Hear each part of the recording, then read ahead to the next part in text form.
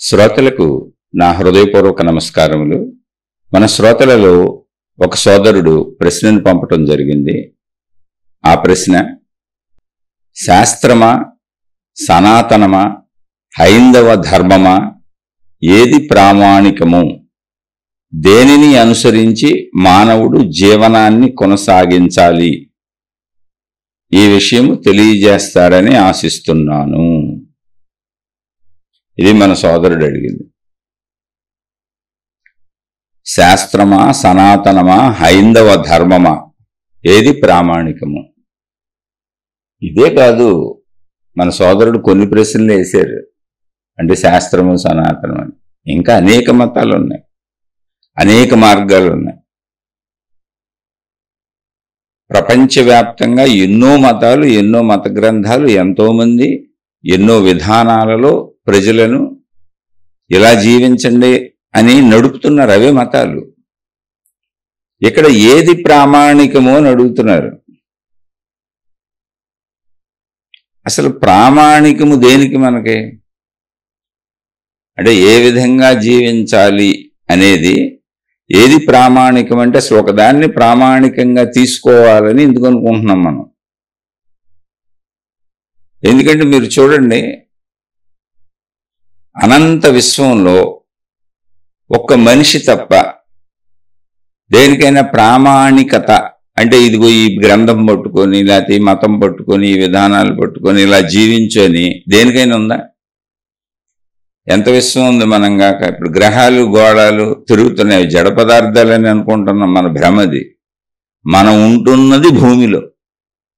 భూమిలో నివసిస్తున్నటువంటి, అంటే భూమి అనే ఒక గ్రహంలో నివసిస్తున్నటువంటి ఒక ధూళి కణం మనం దాని సైజులో, భూమి సైజులో అది తిరుగుతుంది. గంటకి 1000 కిలోమీటర్ల వేగంతో భూమి తిరుగుతుంది. ఆకాశంలో గ్రహాలన్నీ తిరుగుతున్నాయి. భూమిని తీసుకుంటే అది జడ పదార్థం అనుకుంటే అది మన భ్రమ. అంటే మనం అలా అనుకుంటేనే జీవించగలుగుతాం. మనం జడ చైతన్యాలను విడదీసుకున్నది ఏంటంటే, కదిలే మనుషులు, కదులుతున్న జంతువులు అవి స్వయం ప్రతిపత్తి కలిగినట్టుగా మనకు అనిపిస్తున్నది. కదలనటువంటివన్నీ జడ పదార్థములు అని మనం అనుకున్నాం. అంటే వాటికి స్వయం ప్రతిపత్తి లేదు అన్నది మన భావన. కానీ అసలు స్వయం ప్రతిపత్తి లేదు అని మనం అనుకుంటున్నటువంటి ఆ పంచభూతాలు ఏమున్నాయో వాటితోనే మనం బతుకుతున్నాం. మన ఆహార పదార్థాలన్నీ భూమి పండిస్తుంది.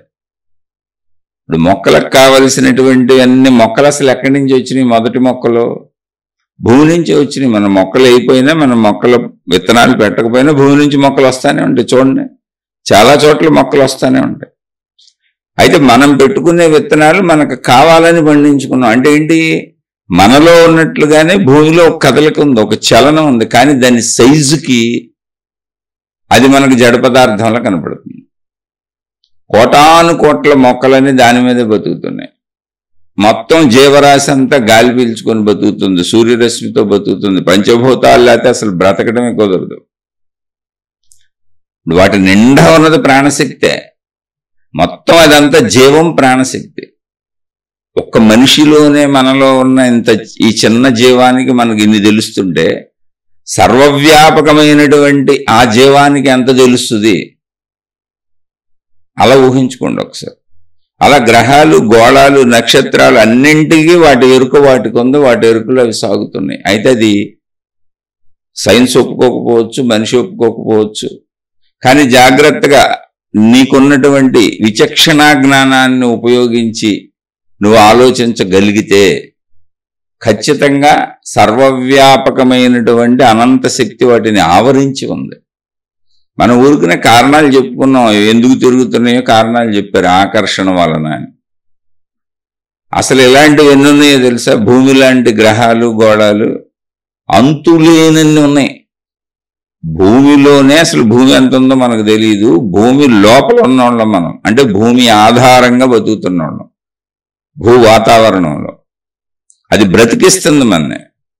ఇలాంటి భూమి లాంటివి అసలు ఎన్ని ఉన్నాయంటే కోటాను కోట్లు, లక్షల కోట్లు అనే పదం వాడి ఆపేస్తుంటాను నేను. అన్ని ఉన్నాయంటే లెక్క పెట్టలేనన్ని ఉన్నాయి విశ్వంలో. ఏంటి మన భూమిలో ఏంటి? అసలు మనకు భూమి ఎంత ఉందో తెలియదు. భూమిలో ఉన్న జీవరాశులు ఎంత ఉన్నాయో తెలుసా మనకంటే? అది అసలు తెలియదు. మళ్ళీ 84 లక్షల రకాల వెరైటీలు ఉన్నాయని చెప్పారు. అందులో మనం ఒకటే. ఈ జీవరాశులు ఇవి కాక అలా మనకు మొత్తం మళ్ళీ భూమి అంతా ఏకంగానే ఉంటుంది. నీరుంది, పంచభూతాలు చుట్టూ ఉన్నాయి, వాటితోనే బతుకుతున్నాం. వాటితో బతికే ఒక ధూళి కణం మనమే. మన విఘ్నతని మనకేదో తెలుసని భావించుకుంటూ ఉంటే మన బ్రతికిస్తున్న దానికి తెలియకుండా ఉంటుందా? కానీ వాటికి గ్రంథాలు, శాస్త్రాలు, ప్రామాణికతలు ఏమైనా ఉన్నాయా? ఒకసారి ఆలోచించండి. కొన్ని భూమిలో ఉన్నటువంటి ఇప్పుడు చెట్లు ఉన్నాయి. మనం బ్రతకడానికి ఆధారమే చెట్లు. మనకిచ్చే ఆహార పదార్థాలు కానీ ఏదైనా, మనం పీల్చే గాలి కానీ. అలాగే మన చుట్టూ ఇంకా జీవరాశులు ఉన్నాయి, అనేక జీవరాశులు ఉన్నాయి. జంతువులు మనలానే కదులుతూ ఉంటాయి. వాటికి ఏమన్నా ప్రామాణికతలు ఉన్నాయా? గ్రంథాలు ఉన్నాయా? మతాలు ఉన్నాయా? ఒక్క మనిషికి తప్ప అసలు ఎవరికైనా ఉన్నాయా? ఆలోచించుకోండి. కానీ మొత్తం విశ్వమంతా ఓలలాడుతున్నది విశ్వశక్తి, ప్రాణశక్తి, ఆత్మశక్తి, దైవశక్తి. దాన్ని మీరు దేవుడు, దేవత అనుకుంటున్నారు. ఎందుకంటే మహాత్ములు అర్థం కాని వాళ్ళ కోసం ఒక అర్చన సౌలభ్యం కోసం, ఆరాధన సౌలభ్యం కోసం, అవగాహన సౌలభ్యం కోసం, అర్థం అవ్వటం కోసం అనంతత్వానికి మనిషి లాంటి రూపాన్ని ఇచ్చారు. ఇది మహాత్ములు ఇచ్చింది.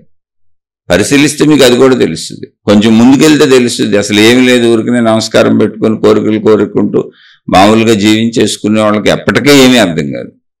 ఇదంతా ఒక అన్వేషణ, ఒక పరిశీలన. ఏంటంటే అన్ని చక్కగా తెలుస్తాయి, అక్కడే ఉన్నాయి. చదువు ఇది. ఇప్పుడు ఏమీ చదువుకొని వాళ్ళు ఉంటారు, వాళ్ళకి ఏం తెలుస్తుంది? ఏం తెలియదు. రైల్వే స్టేషన్కి వెళ్ళి రిజర్వేషన్ కౌంటర్లో నుంచొని ఆ ఫారం ఎలా ఫిలప్ చేయాలో రాక బోల్డ్ మందిని అడుగుతూ ఉంటారు, ఏమండి ఇది కొంచెం రాసి పెట్టండి మాకని. బ్యాంకుల్లో పెన్షన్లు అకౌంట్లు పడతా ఉంటాయి, వాళ్ళు ఏం చదువుకోలేదు. గవర్నమెంట్లు బ్యాంకులకు వేస్తూ ఉంటాయి. అక్కడికి వచ్చి బోల్డ్ మంది, ఏమండి కొంచెం ఇది డబ్బులు డ్రా చేసుకోవాలి, రాసి పెట్టండి, మా డబ్బులు ఎంత ఉన్నాయో చూసి పెట్టండి, కొంచెం తెలియజేయండి, ఇది ఎలా రాయాలో చెప్పండి అని బ్రతిమలాడుతుంటారు. అయితే అంతే, ఇక వాళ్ళ జీవితం చదువుకోలేదు. ఎందుకని చదువుకోలేదు? ఏం చదివేది? భౌతిక చదువు. అలాగే నువ్వు ఈ సృష్టి గూర్చి, నీ గూర్చి, అసలు ఈ విశ్వం ఎందుకుంది, నేను ఎందుకున్నాను, ఇదంతా ఏంటి అని నువ్వు చదువుకోవటం లేదు. అదే ఆధ్యాత్మిక చదువు. చదువుకుంటే నీకు అన్నీ చక్కగా అర్థమవుతాయి. అసలు ఏ ప్రామాణికతలు అవసరం లేదు. ఎందుకు ప్రామాణికత? ఎగిరే పక్షికి ఏ ప్రామాణికత ఉంది? ఎదుగుతున్న మొక్కకి, మన బ్రతికిస్తున్న మొక్కకి ఏ ప్రామాణికత ఉంది? సృష్టిలో ఉన్న అన్నింటికీ ఏ ప్రామాణికతలు ఉన్నాయి? ఎవరి గైడెన్స్ ఉంది? అంటే ఉంది. ఏంటి అంటే అనంత విశ్వశక్తి యొక్క గైడెన్స్లో సాగుతున్నాయి. గైడెన్స్ ఏంటంటే అది విశ్వశక్తి. ప్రతిదీ ఇక్కడ దాని నిర్ణయం ఆ విశ్వశక్తి యొక్క సృజనాత్మక శక్తి, ఇచ్ఛాశక్తి, క్రియాశక్తి, జ్ఞానశక్తి అనే వాటితో నడుస్తుంది. వాటి ప్రామాణికత, వాటి జీవన విధానం, వాటి నిర్ణయం వాటి లోపలే ఉంది. ఒక మొక్క ఎలా ఉండాలి, ఎలా ఎదగాలి, ఏం అవ్వాలి అనేది మొక్కలోనే ఉంది. డైరెక్షన్ ఎవరెవరు. అలాగే ఒక పక్షి ఎలా ఎగరాలి దానిలోనే ఉంది, దానికి ఎవరు నేర్పరు. ఒక చేప ఎలా ఏదాలి, ఎలా బతకాలి అనేది దానిలోనే ఉంది, దానికి ఎవరు నేర్పరు. నేర్పేది ఏం లేదు. అలాగే ఒక మనిషిని మీరు మెదలకుండా ఊరుకుంటే అన్ని మనిషి నేర్చుకుంటాడు. ప్రామాణికతలు లేవు. ఆ ప్రామాణికతలతోనే ప్రమాదం వచ్చింది ఇక్కడ. అయితే ప్రామాణికతలు తప్పని నేను చెప్పట్లేదు, మళ్ళీ స్పష్టంగా తెలుసుకోండి. ప్రామాణికతలు తప్పని నేను చెప్పట్లేదు. భూమి లోపల మనం మనుషులు ఎలా జీవిస్తున్నామో, అంటే 800 కోట్ల మందికి పైగా సుమారు ఉన్నారనేది ఒక అంచనా. 800 కోట్ల మంది మనుషులు భూమి మీద ఎలా జీవిస్తున్నామో, మనం కాక జంతువులు, వృక్షములు, ఇతర కొండలు, గుట్టలు, నదులు, సముద్రాలు, ఇలా అన్నీ ఎలా ఉన్నాయో భూమిలో, ఇలా 800 కోట్ల మంది మన ఉదాహరణ తీసుకుంటే ఇలా మనం ఉన్నట్టు 800 కాదు 8 లక్షల కోట్లకు పైన గ్రహాలు ఉన్నాయి ఆకాశంలో, భూమి లాంటివి. అవి ఆకాశంలో తిరుగుతూనే ఉన్నాయి, సంచరిస్తూనే ఉన్నాయి. అన్నీ ఒకదాంతో ఒకటి ముడిపడి కలిసే ఉన్నాయి. అయితే దానికి మనం చెప్పుకునే సిద్ధాంతం మన అవగాహనకు అందింది.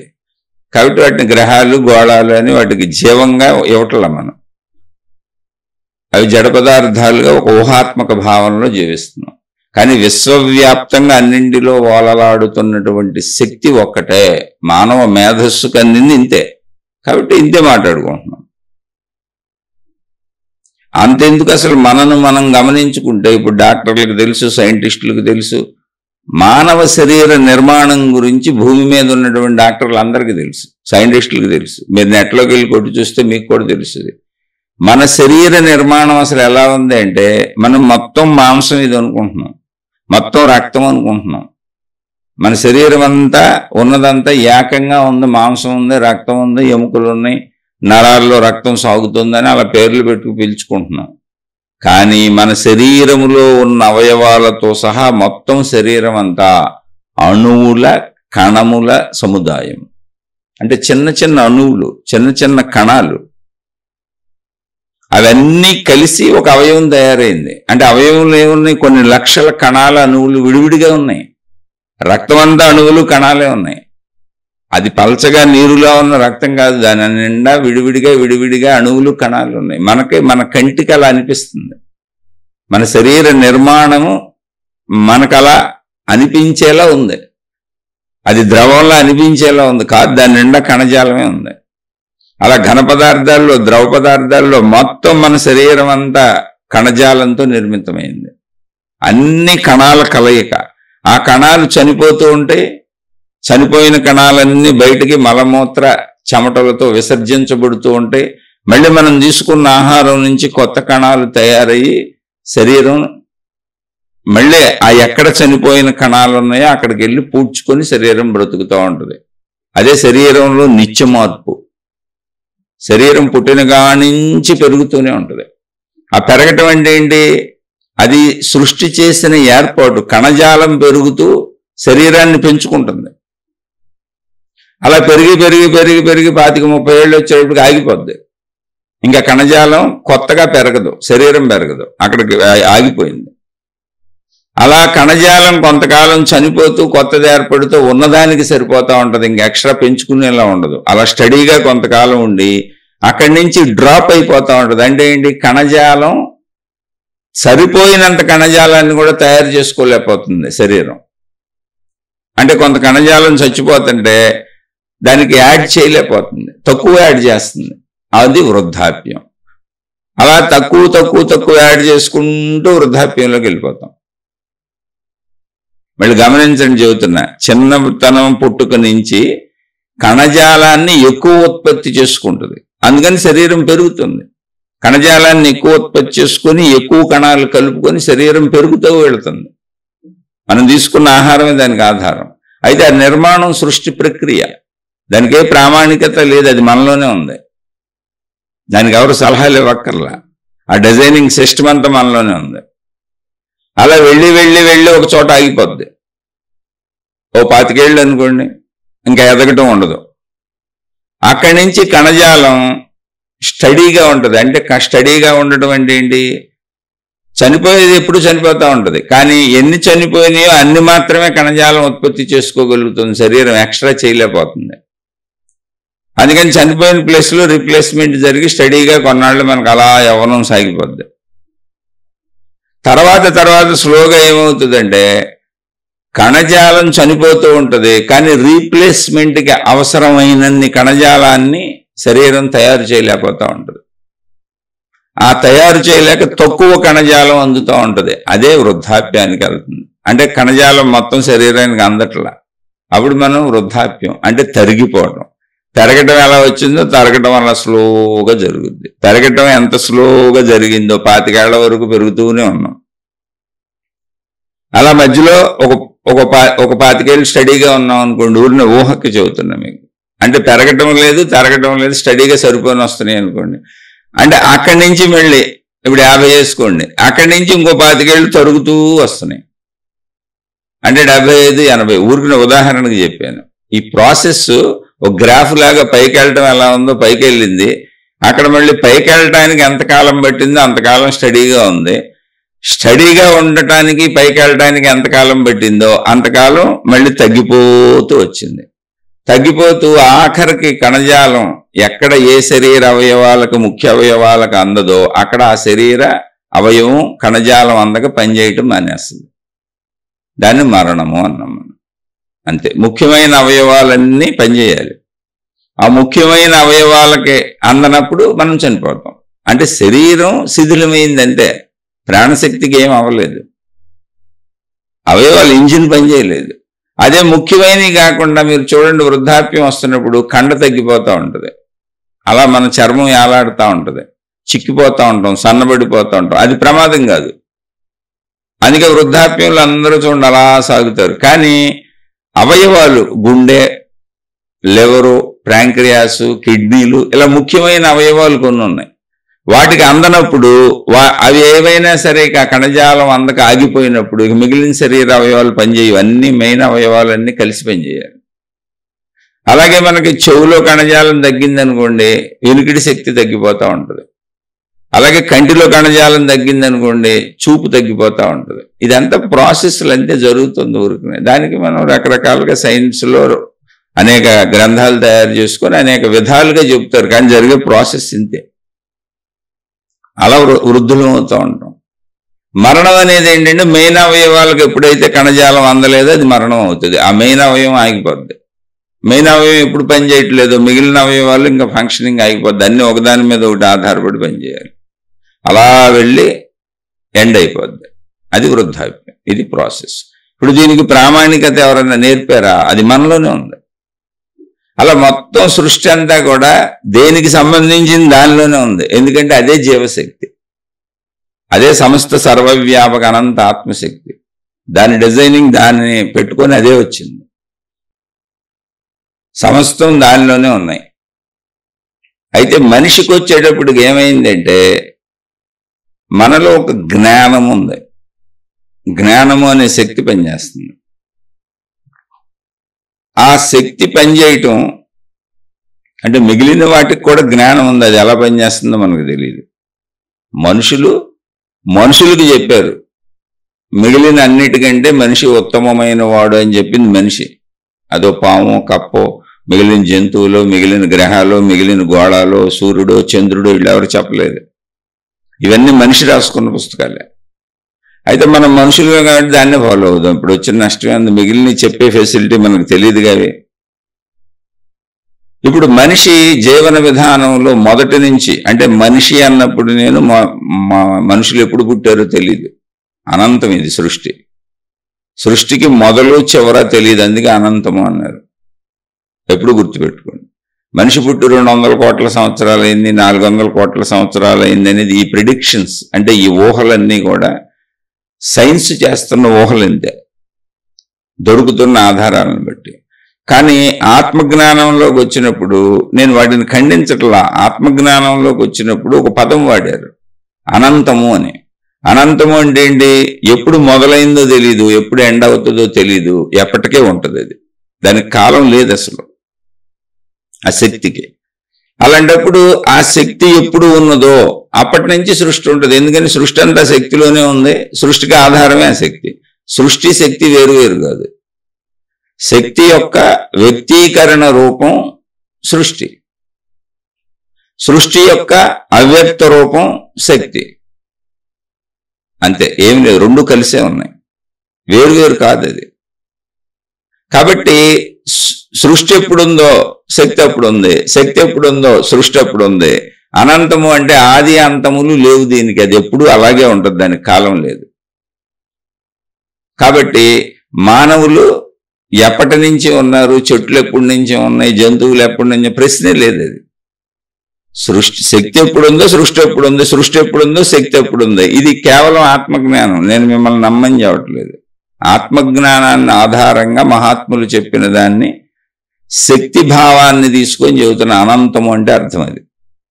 కాబట్టి మొదటి మానవుడు చివరి మానవుడు ఇదేం లేదు. మానవులు ఉన్న కాడి నుంచి మానవులందరూ కూడా ఆలోచిస్తూనే ఉంటారుగా. మనకు ఎలా కలుగుతున్నాయో ఇప్పుడు తెలివి తక్కువ వాళ్ళు, తెలివి ఎక్కువ వాళ్ళు ఏం కాదు. ఇప్పుడు మానవుడికి ఎంత బ్రెయిన్ ఉందో అప్పుడు మానవుడికి అంతే బ్రెయిన్ ఉంటుంది. మానవ శరీర నిర్మాణం ఒకటే, కళ్ళు, ముక్కు, చెవులు, అవయవాలన్నీ ఒకటే అయినప్పుడు మళ్ళీ ఆ మార్పు ఎక్కడ వస్తుంది? ఆ బుద్ధి కూడా అలాగే ఉంటుంది, బ్రెయిన్ కూడా అలాగే ఉంటుంది, జ్ఞానం కూడా అలాగే ఉంటుంది. అయితే దాన్ని ఎవరెవరు ఎలా వినియోగించుకుంటున్నారు అన్నది విషయం. ఇప్పుడు కూడా మనం ఆధ్యాత్మికం మాట్లాడుకుంటున్నాం. నేను మాట్లాడేది గట్టిగా 100 మంది కూడా వినరు. 800 కోట్ల ప్రపంచంలో మనం ఎంత, మనం మాట్లాడుకునేది ఎంత? ఎవరి పనులు వాళ్ళు చేసుకుంటారు, ఎవరి మతాలు వాళ్ళు, ఎవరి విధానాలు వాళ్ళు, అసలు ఇవేమీ నచ్చని నాస్తికులు, ఎవరి గొడవలు వాళ్ళు ఉంటారు. అంటే ఎవరు తన జ్ఞానాన్ని ఎటు వినియోగిస్తున్నారు అనే పాయింటే తప్ప అక్కడ జ్ఞానం ఎప్పుడు మనిషికి ఉంది. ఆ ఉన్న జ్ఞానంలో ఇప్పుడు మనం ఎలా ఈ ఆధ్యాత్మికత మాట్లాడుకుంటూ అనేక మంది 800 కోట్ల మందిలో ఎవరికి నచ్చినట్టు వాళ్ళు ఎలా జీవిస్తున్నారో అప్పుడు కూడా అలాగే ఉంటారు. కొంతమంది అన్వేషిస్తారు, కొంతమంది వాళ్ళు ఇష్టం వచ్చినట్టు జీవిస్తారు, రకరకాలుగా ఉంటారు. అలా అన్వేషించిన వాళ్ళు తెలియజెప్పిన సత్యాలు ఇవి. అందుకని మొట్టమొదటి ఇప్పుడు మీరు సనాతనమా అని అడిగారు మన సోదరుడు. అది మన భారతదేశం కాబట్టి ఆ పదాలు వాడతాం.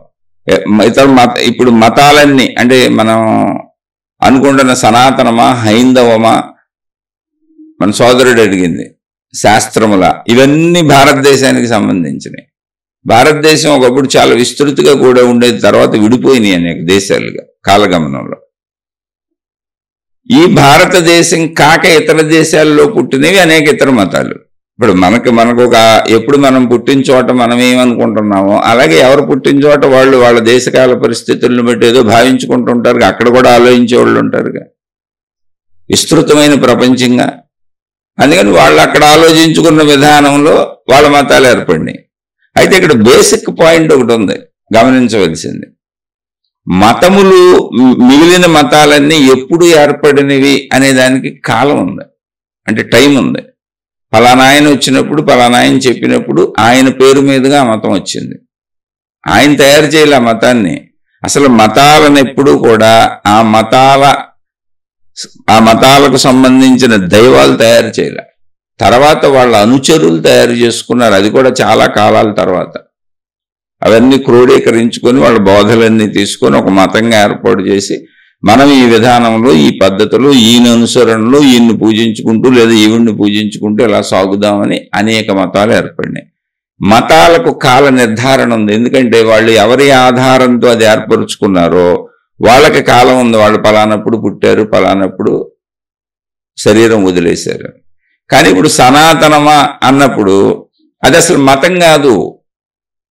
మతాలు పుట్టకముందు ఉన్న మనుషుల ఆలోచన సరళిలో, వాళ్ళ అన్వేషణలో వాళ్ళు కనుక్కున్నటువంటి ఆధ్యాత్మిక జ్ఞానపరమైన విషయాలను చెప్పారు.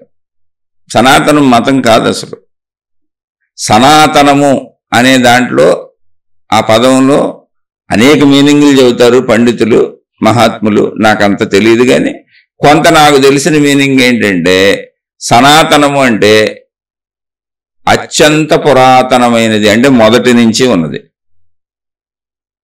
అలాగే దానికి ఎమ్మట ఇంకో అర్థం కూడా వస్తుంది. మొదటి నుంచి ఉన్నది, అత్యంత పురాతనమైనది, ఎప్పటికీ నిత్య నూతనమైనది. అంటే ఇప్పుడు మళ్ళీ ముందుకెళ్ళిపోయి ఇంకో 200 కోట్ల సంవత్సరాల తర్వాత ఈ విషయాలు చదువుకుంటున్నాం అనుకోండి, అవి కొత్తగానే ఉంటాయి. ఎందుకని? ఎప్పటికీ నిత్య నూతనమైంది అంటే ఎప్పటికీ మనుషులేగా ఉంటారు. ఇక్కడ తరాలు మారినా ఉండేది మనుషులకే, అది మనుషులకే చెప్పబడిందిగా. మొదటి నుంచి అంటే మొట్టమొదటి నుంచి మనుషులేగా దాన్ని అన్వేషించి కనుగొని చెప్పింది.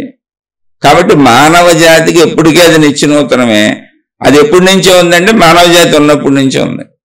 సనాతనం అనే పదానికి అర్థం అది. సనాతనము అనేది ఒక మతం కాదు, ఒక కులం కాదు, ఒక జాతి కాదు. మానవాళికి సంబంధించినటువంటి, మానవ జాతికి సంబంధించినటువంటి అన్వేషకులు వాళ్ళ గ్రహణ శక్తితో వాళ్ళు గ్రహించిన విషయాలను తెలియజేసిన జ్ఞాన సంపద. దానికి వాళ్ళు సనాతనము అని ఎందుకు పేరు పెట్టారు అంటే ఇప్పుడు మొట్టమొదట మొదలు పెట్టబడింది. దానికి మతం పేరు పెట్టలేదు, కులం పేరు పెట్టలేదు, జాతి పేరు పెట్టలేదు. ఎందుకని అంటే అవి లేవు, అప్పుడు మనుషులే ఉన్నారు. ఇవన్నీ మధ్యలో ఏర్పడినాయి. మతాలు, జాతులు, కులాలు ఇవన్నీ మధ్యలో ఏర్పడినాయి. స్త్రీ పురుషులు అనే ఇద్దరే ఉన్నారు. ఇంకా ఏర్పాటు లేదు, అప్పటికి మతాల కులాల ఏర్పాటు లేదు. అందుకని దాన్ని సనాతనము అన్నారు. సనాతనము అంటే ఏంటంటే మేము అన్వేషణలో చెబుతుంది మనుషుల గురించి. మేము కనుక్కున్నాం, మా అంతరంగంలోకి వెళ్ళి సృష్టి ఏంటి మేమేంటి అన్ని తపస్సులు చేసి సాధనలు చేసి కనుక్కున్నాం. మీరు కూడా కనుక్కోవచ్చు. వాళ్ళే సైంటిస్టులు. అప్పుడు ఆ సైంటిస్టులప్పుడు ఈ సనాతనము అని పేరు పెట్టిన సైంటిస్టులప్పుడు ఋషులు, మునులు, యోగులు, తపస్సంపన్నులు అని అనేక పేర్లతో పిలిచారు. ఇప్పుడున్న సైంటిస్టులు అప్పుడున్న సైంటిస్టులు ఒకళ్ళే. వాళ్ళు భౌతిక విషయాలు కనుగొన్నారు, ఆధ్యాత్మిక విషయాలు కనుగొన్నారు. అందులో డిఫరెంట్ ఐటమ్స్ కనుక్కున్న అనేక మంది ఉన్నారు. గణిత శాస్త్రాలు, ఖగోళ శాస్త్రాలు, జ్యోతిష్య శాస్త్రం. జ్యోతిష్య శాస్త్రం అంటే మీకు భవిష్యత్తులు చెప్పి మనకి చిలక జోస్యాలు చెప్పేది కాదు. జ్యోతిష్య శాస్త్రం అంతా ఖగోళ శాస్త్రం. కాకపోతే పాపం బ్రతుకు తెరువు కోసం ఎవరికాళ్ళు దాన్ని అలా తయారు చేసుకున్నారు. మనుషులు అలాగే ఉంటారు. ఇప్పుడు నేను కూడా నాలో బోల్డ్ చెడులు ఉండొచ్చు. నా ఉపన్యాసం మీరు మంచోడు అనుకోవచ్చు. అంతే. ప్రత్యక్షంగా చూస్తే బోల్డ్ కనపడతాయి. కాబట్టి ఇది ఎవరిని విమర్శించేది కాదు. జ్యోతిష్య శాస్త్రం అంతా ఖగోళ శాస్త్రం. కొంతమంది అలా సైంటిస్టులు అయ్యారు. కొంతమంది వస్తు శాస్త్రం అంటే వస్తువులు, విషయాలు, ఇళ్ళు కట్టుకోవడం ఇవన్నీ చెప్పారు. అదే కాలగమనంలో వాస్తు శాస్త్రం అయింది. వస్తు శాస్త్రం అది. మనం జీవించడానికి అవసరమైన ఇళ్ళు ఎలా కట్టుకోవాలి, ఆ వస్తువులు నిర్మాణం అది ఎలా తయారు చేసుకోవాలి. ఇల్లు కట్టుకోవాలంటే ఎన్నో వస్తువులు కావాలి కదా. ఇల్లు కట్టుకున్నాక వస్తువులు ఎక్కడ పెట్టుకోవాలి, ఎటే పెట్టుకోవాలి, ఇవన్నీ దేనికి చెప్పారు అంటే శాస్త్రం కాదు. అది భౌగోళిక పరిస్థితులను ఆధారం చేసుకుని సూర్యుడు వచ్చే విధానం, కిటికీలు, గాలి వచ్చే విధానం తెలుసుకున్నటువంటి మేధావులు చెప్పారు. అది చదువు. అది అలాగే ఆధ్యాత్మికతని అంతరంగంలోకి వెళ్ళి అన్వేషించి కొంతమంది అనంత ఆత్మజ్ఞానాన్ని కనుక్కున్నారు. ఇప్పుడు ఎలా ఎన్ని రకాలు ఉన్నాయో, వైద్యపరమైనవి, బట్టలపరమైనవి, అన్ని రకాలుగా బస్సులు, కార్లు, విమానాలు, రైళ్లు అందరూ పరిశోధనలు చేసి కనుక్కుంటమే. లేకపోతే ఎలా వస్తాయి సెల్ ఫోన్లు, కంప్యూటర్లు. అప్పుడు కూడా అనేక రకాలుగా ఎప్పుడూ కనుక్కుంటానే ఉంటారు మనుషులు. ఎవరికేది ఇష్టం అటు పోయారు. ఆధ్యాత్మికత అనేది అంతరంగ అన్వేషణలోంచి ఆత్మజ్ఞానం అని కనుక్కున్నారు. అందుకని వాళ్ళు సనాతనము అని పేరు పెట్టిన దాంట్లో అన్ని చెప్పారు. విమానాల గురించి కూడా ఉంటుంది. వాటిలో లేనిదేం లేదు. అక్కడ అన్నీ ఉన్నాయి. మనిషి బ్రతకడానికి అవసరమైన అన్నీ చెప్పారు. కానీ వాటిని రకరకాల మహాత్ములు రకరకాలుగా తపస్సులు చేసి కనుక్కున్నారు. భౌతిక విషయాలు, ఇటు ఆధ్యాత్మిక విషయాలు కలిసి ఉన్నాయి కనుక వాటిని అన్నింటినీ కూడా గ్రంథస్థం చేసినప్పుడు మతాలు ఏర్పడలేదు, కులాలు ఏర్పడలేదు, జాతులు ఏర్పడలేదు. ఆ పరంపరలేమి, గురు శిష్య పరంపరలు అనేవి ఇంకా తయారు కాలేదు, రాలేదు. జస్ట్ వాళ్ళు వాటిని నిక్షిప్తం చేశారు, రాశారు, పక్కన వాళ్ళకి చెప్పారు. రాయటం కూడా ముందు లేదు, పక్కన వాళ్ళకి చెప్పారు. ఆ చెప్పే ప్రాసెస్లో గురు శిష్య పరంపర ఏర్పడింది. తర్వాత రాయటం మొదలు పెట్టారు దొరికిన వాడితో, తాళపత్ర గ్రంథాలు, ఆ తర్వాత రాగిరేకులు, అలా రకరకాలుగా పరిణామాలు చెందుతూ వచ్చాం. అందుకని సనాతనం అంటే ఏంటంటే ముందు ఆ విషయం తెలుసుకోండి. మతములు అన్నీ ఏర్పడక ముందు మానవ జాతి మాట్లాడుకున్న విషయాలు వాళ్ళు కనుక్కున్నాయి. అందులో భౌతికం ఉంది, ఆధ్యాత్మికం ఉంది, మొత్తం ఉంది. అసలు మనిషికి సంబంధించి ప్రపంచానికి సంబంధించిన సర్వము ఉన్నది. అందుకని సనాతనము అనేది మానవ జాతికి సంబంధించింది. సింపుల్. హైందవమా అన్నారు ఎవరు మన సోదరులు. అసలు హైందవము అనేది హిందూ అనేది ఎక్కడ లేదు. సింధు నదీ ప్రాంతంలో, సింధు నదీ పరివాహక ప్రాంతంలో నివసించేటువంటి వాళ్ళని ఈ బ్రిటిషర్స్, ఇతర దేశాల వాళ్ళు ఈ దండయాత్రలు అనేకం జరిగినప్పుడు సింధు అంటాం రాక హిందూ అని పిలిచారు. అంటే ఏరియా పేర్లు చెబుతాం చూడండి. ఇప్పుడు మనం మీ ఊరు ఏంటండి అంటే మీ ఊరు పేరు చెబుతారు. మీరు మీ ఊరు ఏంటండి అని అన్నప్పుడు మీరేం చెబుతారు? మీ ఊరు పేరు చెబుతారు. వీళ్ళు పలానా జిల్లా వాళ్ళండి, వీళ్ళు పలానా ఊరు వాళ్ళండి, వీళ్ళు పలానా రాష్ట్రం వాళ్ళండి. ఇతర దేశాలు వెళ్ళారనుకో అప్పుడు మిమ్మల్ని అంటారు వీళ్ళు భారతదేశం వాళ్ళండి, భారతీయులు అంటారు. భారతదేశంలోకే వచ్చి ఇతర రాష్ట్రం వెళ్ళారనుకో అప్పుడు వీళ్ళు తెలుగు వాళ్ళండి, వీళ్ళు కన్నడ వాళ్ళండి, వీళ్ళు మలయాళం వాళ్ళండి అంటారు. మళ్ళీ మీరు మీ రాష్ట్రంలోనే కూర్చొని మాట్లాడుతున్నారు, వీళ్ళు తెలంగాణ వాళ్ళండి, వీళ్ళు ఆంధ్ర వాళ్ళండి అంటారు. మళ్ళీ అక్కడే మన దాంట్లో కూర్చొని మాట్లాడుతుంటే వీళ్ళు రాయలసీమ వాళ్ళండి, వీళ్ళు మళ్ళీ అక్కడ పేర్లు చెబుతారు. తూర్పుగోదావరి అండి, వీళ్ళు వెస్ట్ గోదావరి అండి, అలా రకరకాలు చెబుతారు. అలా అంకా దగ్గరికి వస్తే ఊర్లు చెప్పుకుంటాం, ఊళ్ళోకి వస్తే సందులు చెప్పుకుంటాం.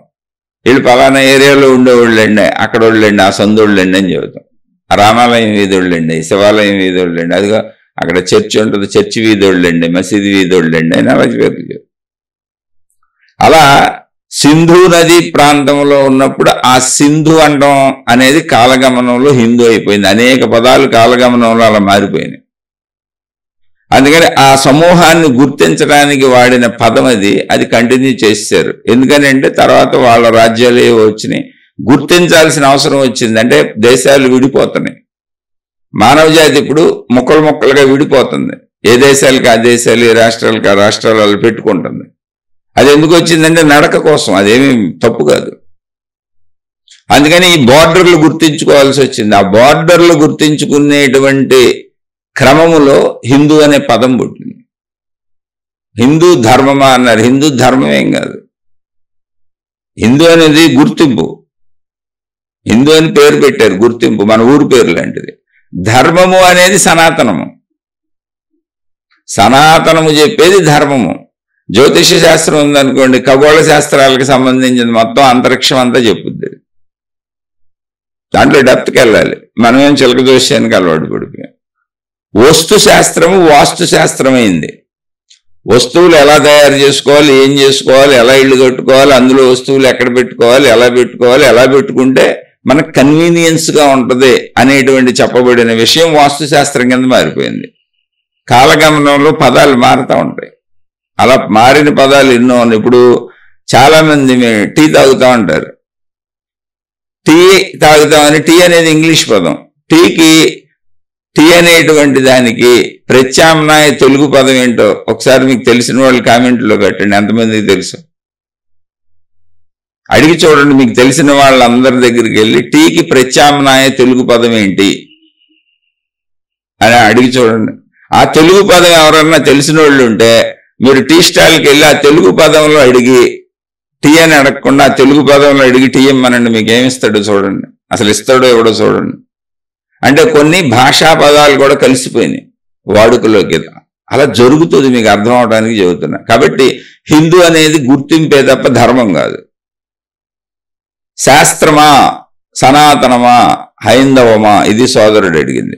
శాస్త్రములు అనేవి ఏంటో తెలుసా? శాస్త్రము అంటే శాసనము. ఇది ఇలాగే జరుగుతుంది అని గుర్తించారు. శాసనం అంటే ఏంటో తెలుసా? నువ్వు ఇలా ఉండని ఎవరు శాసించలేమన్నే, జరిగే విధానం చెప్పారు. ఇది ఇలాగే జరుగుతుంది అని.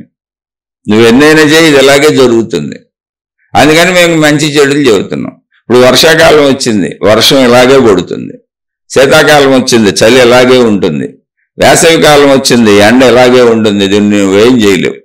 అలాగే జీవన సరళిలో మొత్తం భౌగోళిక పరిస్థితులు, ప్రాపంచిక పరిస్థితులు, మొత్తం భూమికి సంబంధించిన అన్ని పరిస్థితులు, అంటే భౌగోళిక అంటే భూ వాతావరణంలో ఆ పరిస్థితులు, మన జీవన విధానంలో మనం ఆచరించేటువంటి వాటి వలన వచ్చేటువంటి ఫలితములు, ఇవన్నీ చెప్పారు. ఒకటి కాదు, వస్తువులు, విషయాలు, మనుషులు మొత్తం చెప్పారు. మనం మన వరకే తీసుకుంటాం, అది ప్రాబ్లం. అక్కడ శాస్త్రముల్లో అన్నీ చెప్పారు.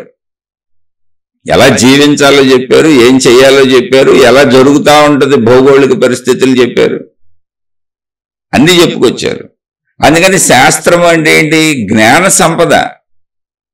అందులో ఏమున్నాయి? శాసనములు ఉన్నాయి. శాసనములు అంటే ఏంటి? మేము అబద్ధం చెప్పలేదు, ఇది ఎలాగే జరుగుతుంది, అది మార్చడం కుదరదు.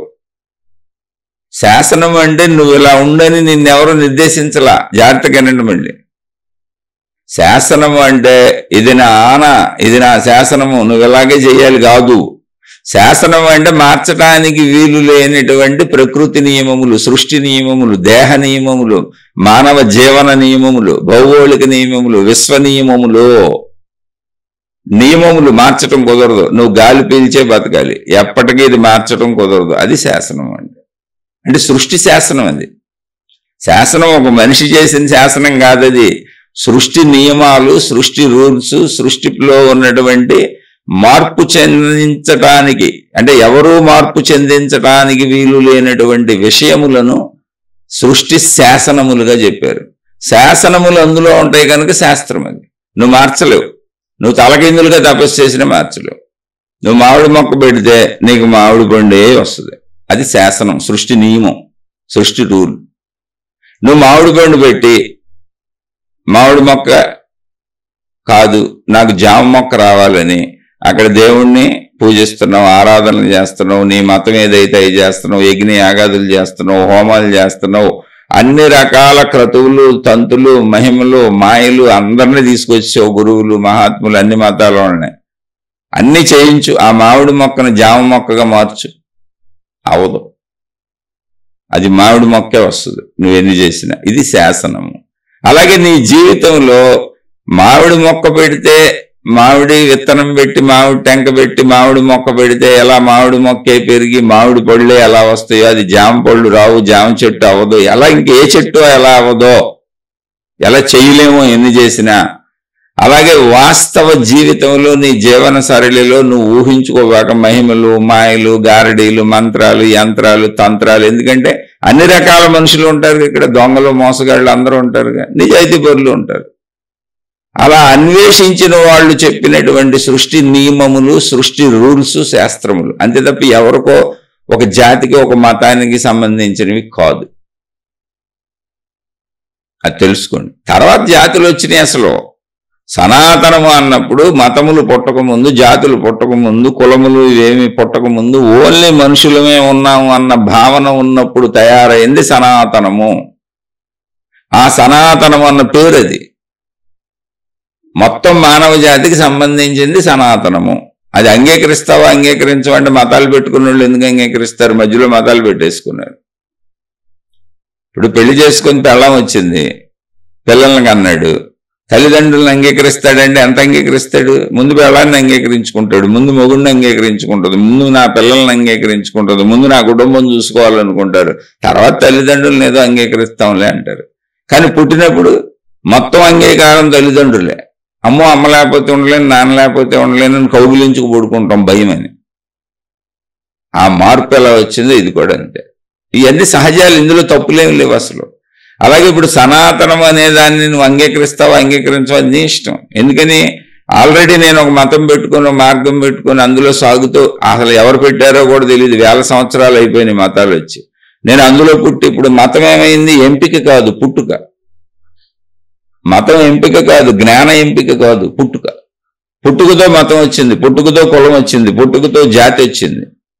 కాబట్టి ఇక నేను అసలు దానికి సంబంధించిన వాడిని అయిపోయాను. పుట్టుకతో నేను దానికి సంబంధించిన దాన్ని అయిపోయాను. ఇక్కడ నా ఎంపికలు ఏమి లేవు, జ్ఞానపరమైన ఎంపిక కాదు ఇది. కాబట్టి నేను అందులో వెళ్ళిపోతా ఉంటా. సనాతనాన్ని ఒప్పుకోవచ్చు, ఒప్పుకోకపోవచ్చు. కొంచెం జ్ఞానంతో పరిశీలించిన వాళ్ళు ఇప్పుడు నా బోటో నేను తెలుసుకున్నాను కాబట్టి చెబుతున్నాను మీకు అంతే. ఇది మానవాళికి సంబంధించింది, నీకు కావాలంటే తీసుకో, లేకపోతే లేదు. అది ఎవరు ఒక్కళ్ళ సొత్తు అయితే మాత్రం కాదు. ఎందుకని ఒక్కళ్ళ సొత్తు అంటున్నాను అంటే, మతములు, కులములు, జాతులు ఇప్పుడు బోళ్ళు వచ్చేసినాయి, విధానాలు బోళ్ళు వచ్చేసినాయి. కానీ సనాతనము ఎప్పుడు వచ్చింది అంటే అసలు ఇవన్నీ పుట్టక ముందు వచ్చింది. వీటన్నిటికీ బాబు. ఇప్పుడు తల్లిదండ్రులు ఉంటే కదా పిల్లలు వస్తారు. అలాగే సనాతనము నుంచి ఇన్ని వచ్చినాయి, దాంట్లో నుంచి చీలుకుంటూ వెళ్ళిపోయినాయి. అన్నింటిలోనూ ఆ సనాతనమే ఉంటుంది చూడండి, ఎంతో కొంత. దాన్ని ఆధారంగా తీసుకొని ఆ సనాతనాన్ని మిగిలిన తయారు చేసుకున్నారు. దానికి కొంత కలుపుకొని, లేటెస్ట్ డెవలప్మెంట్లు కలుపుకొని అప్డేట్ చేసుకుంటూ ఉంటారు ఎప్పటికప్పుడు. అందుకే మీకు ఎప్పటికప్పుడు మళ్ళీ మీరు గమనించండి, ఇప్పుడు ప్రపంచంలో కూడా ప్రతి 10 ఏళ్లకి, 20 ఏళ్లకి, లేదా ప్రతి 50 ఏళ్లకి కొత్త కొత్త దేవుళ్ళు వస్తారు, కొత్త కొత్త గురువులు వస్తారు, కొత్త కొత్త విధానాలు వస్తాయి. ఎందుకంటే ఆ పాత సనాతనాన్నే కొత్తగా వీళ్ళు కొంచెం కలుపుకొని మోడిఫై చేసుకొని మాది కొత్తదని చెబుతూ ఉంటారు. కానీ అన్నింటికీ మూలం వేళ్ళు సనాతనం. సనాతనము రూట్ వేళ్ళు. పైన ఉన్నటువంటి కాండము, కొమ్మలు, రెమ్మలు, కాయలు, పువ్వులు, ఆకులు ఎన్ని ఉంటాయో అన్నీ ఏర్పడతానే ఉంటాయి. ఇంకా దాన్ని ఆపలేం మనం. ఎందుకని? విస్తరించటం సృష్టి ధర్మం. మానవుడు మేధస్సు ఎప్పుడు కూడా ఏదో సృజించాలి, నేనేదో కొత్త చెయ్యాలి, నాకేదో ఇంకా కొత్త సృజనాత్మకత కావాలి అని లోపల ఘోషిస్తూ ఉంటుంది. అందుకని మనిషి ఎప్పుడు విస్తరించడానికి ప్రయత్నిస్తూ ఉంటాడు. సత్యాన్ని తెలుసుకోవటం కంటే విస్తరించటం మనిషికి బాగుంటుంది. ఆ విస్తరణే అనుభవం అని, కోరికని, పరిగెత్తటం అని, అది విస్తరణ, వ్యాపకం. ఆ వ్యాపక స్థితి అనేది, సర్వవ్యాపకత్వం అనేది ఒరిజినల్ శక్తిలోనే ఉంది అసలు. అది శక్తి లక్షణం. కాబట్టి ఇక్కడ ఏవి తప్పులేవు అన్నీ అర్థం చేసుకోవటం. సనాతనం అన్నిటికీ బాబండి, తల్లిదండ్రులు, పేరెంట్స్. అక్కడి నుంచి దాని ఆధారంగా వచ్చిన పిల్లలతో మనం తల్లిదండ్రులాగా ఉంటామా? మన ఇష్టం వచ్చినట్టు మనం ఉండం. కొంత వాళ్ళ గుణాలే మూలం మనకి. కానీ అక్కడి నుంచి మనం ఇంకోటి ఏర్పరచుకుంటాం, మన తర్వాత మన పిల్లలు ఇంకోటి ఏర్పరచుకుంటారు. కానీ మూలం ఏంటి? మనమే మళ్ళీ మన పిల్లలకి. మనది ఉంటుంది, మూలం ఉంటుంది, కానీ దాన్ని మార్చుకుంటూ వెళ్తూ ఉంటారు. అలా జరిగింది. అలా సనాతనములో వాళ్ళు చెప్పినవే శాసనములు. శాస్త్రము అంటే శాసనములు గలది, మార్చటానికి వీలు లేని, మార్పు చెందని విషయాలను సత్యాలని చెప్పారు. అవే సత్యాలు. ఏంటి ఆ సత్యాలు? సృష్టి సత్యాలు, విశ్వ సత్యాలు, సృష్టి నియమాలు. అందుకే మీరు జాగ్రత్తగా గమనిస్తే నేను ప్రతి శీర్షికల్లో చెబుతా, మహిమలు మాయలు జోలికి వెళ్ళకండి అని. ఎందుకంటే సృష్టి నియమాల్లో మార్పు లేదు. జాతస్య మరణం ధ్రువం, పుట్టినవాడు మరణించక తప్పదు. ఇంక నువ్వు ఎన్ని మహిమలు ఏంటి, ఎన్ని మాయలు ఏంటి, అవి చేసిన వాళ్ళు కూడా పోయారు. నేను ఎవరిని అసలు తప్పు పట్టట్లా. జ్ఞానాన్ని సంపూర్ణంగా తెలుసుకోండి అని చెబుతున్నా. ఒక పరిమితిలో తెలుసుకున్నారు. మీరు మహిమ నమ్మారు, మాయ నమ్మారు, గుడ్డి నమ్మకాలు, ఏదో నమ్మకాలు ఏర్పరచుకున్నారు అంటే అది పరిమితి. అది తప్పు అని నేను అంటలా, పరిమితి. అది పరిమితిలో మీకు ఎప్పుడు మీరేం సాధించలేరు. ఎందుకంటే అది ఇక్కడ ఉన్నది అపరిమితి, అనంతం. మీరు అనంతమైతేనే సత్యం మీకు అర్థమవుద్ది. పరిమితిలో మీకు ఎప్పుడు అర్థమయ్యేది పరిమిత సత్యం. పరిమిత సత్యం అంటే అబద్ధం. అబద్ధానికి మరో పేరేంటి అంటే ఒరిజినల్గా చెప్పాలంటే పరిమిత సత్యం. అబద్ధం అనేది లేదు అక్కడ, పరిమిత సత్యం. ఉన్నదేంటి? అనంత సత్యం. అనంత సత్యాన్ని తెలుసుకునే శక్తి మనిషికి ఉంది. అందుకని సనాతనము అన్నప్పుడు ఇప్పుడున్న అన్నింటికీ తల్లిదండ్రులు మూలం. వాళ్ళు చెప్పిన శాసనాలు అంటే సృష్టి నియమాలు, సృష్టి పద్ధతులు, శాస్త్రములు. హైందవ ధర్మమా అంటే ధర్మం హైందవది కాదు. హిందూ అనే పేరు సింధు పరివాహక ప్రాంతాలలోంచి వచ్చింది, సింధు అని పిలిచారు. ధర్మము శాస్త్రమునకు సనాతనమునకు సంబంధించింది. శాస్త్రం ఏం చెబుతుంది, సనాతనం ఏం చెబుతుంది అంటే ధర్మాన్ని చెప్పింది, నువ్వు ఎలా ఉండాలో చెప్పింది మనిషికి. అలాగే అన్ని ధర్మాలు చెప్పింది. వస్తు ధర్మాలు చెప్పింది, భౌగోళిక ధర్మాలు చెప్పింది, ప్రాపంచిక ధర్మాలు చెప్పింది, సృష్టి ఎలా నడుస్తుందో సృష్టి ధర్మాలు చెప్పింది, అన్ని ధర్మాలు చెప్పింది. ఇప్పుడు ధర్మం అంటే పచ్చిమిరపకాయ కారంగా ఉంటుంది, ఒక రకం పచ్చిమిరపకాయలు ఆకుపచ్చగా ఉంటాయి, వేరే కలర్స్ ఉండే పచ్చిమిరపకాయలు కూడా ఉన్నాయి. అదే పచ్చిమిరపకాయ పండితే ఎరుపు రంగుకి వస్తుంది. అదే పచ్చిమిరపకాయ పండిపోయినాక దాన్ని ఎండబెడితే ఎండుమిరపకాయ అంటారు. ఏ స్థితిలో అయినా దానిలో ఉండేది కారమే. పచ్చిమిరపకాయ మొదటి నుంచి చివరి వరకు దానిలో ఉండేది కారమే. ఆ ఎండుమిరపకాయలను ఎండించి కారం పట్టుకొని వాడుకుంటారు. కారం ఎంత కావాలో అంత వేసుకుంటారు. ఆ కారం అనే ధర్మాన్ని నువ్వు మార్చలేవు. అది పచ్చిమిరపకాయ ధర్మం. ధర్మం అంటే దాన్ని నువ్వు చేంజ్ చేయలేవు. అలా అన్ని ధర్మాలు చెప్పింది. ఏం చెప్పింది? ధర్మాలు చెప్పింది ఎవరు ఇంతకీ? శాస్త్రం. అరే ధర్మాలన్నా నియమాలన్నా రూల్స్ అన్న అన్నీ ఒకటే, అవి అలాగే ఉంటాయి. నువ్వు కూడా అలాగే జీవించాలి, వాటితో పాటు జీవించాలి. ఆ శాస్త్రాన్ని చెబుతుంది ఎవరు? సనాతనం. అంటే సనాతనం వేరు, శాస్త్రం వేరు, ధర్మం వేరు కాదు. ఆ సనాతనాన్ని, శాస్త్రాన్ని, ధర్మాన్ని ఆధారం చేసుకొని మతాలు ఏర్పడినాయి. అంటే తల్లిదండ్రులను ఆధారం చేసుకొని పిల్లలు వచ్చినట్టు. మరి పిల్లలు సేమ్ టు సేమ్ తల్లిదండ్రుల్లాగా జీవించరు కదా, కొంచెం మార్పులు చేసుకుంటారు కదా కాలగమనంలో. మూలం అయితే తల్లిదండ్రులే కదా. అలా తరతరాలుగా మతాలు కొంచెం మార్పుకు లోనవుతూ, సనాతనము, శాస్త్రము, ధర్మము కొంచెం మార్పులకు లోనవుతూ సాగుతున్నది. అయితే మార్పులు తప్ప, మార్పులే మతాలు తప్ప కానీ కాదు. దేశకాల పరిస్థితుల్లో మనిషికి అవసరమైనటువంటి మార్పులు చేసుకుంటూ పోతుంది.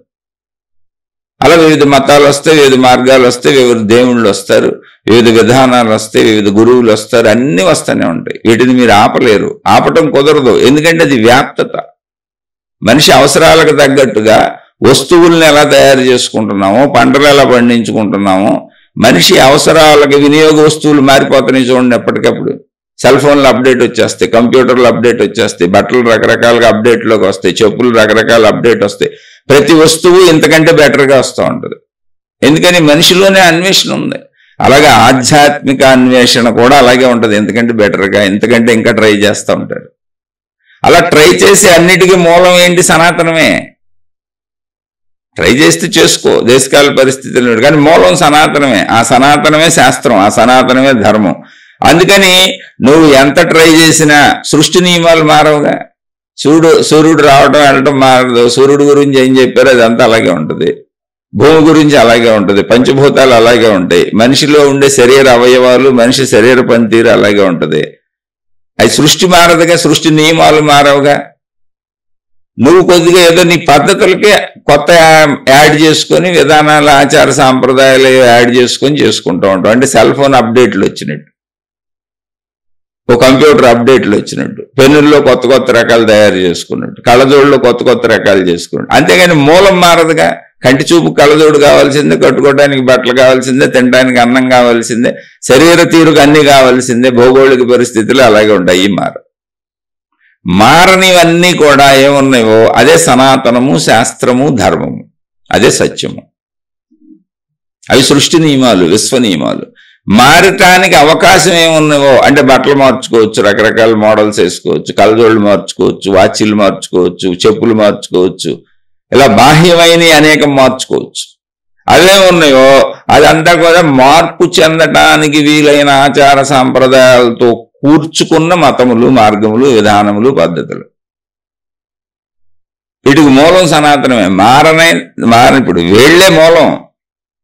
చెట్టు రకరకాలుగా ఎదుగుతూ ఉంటుంది.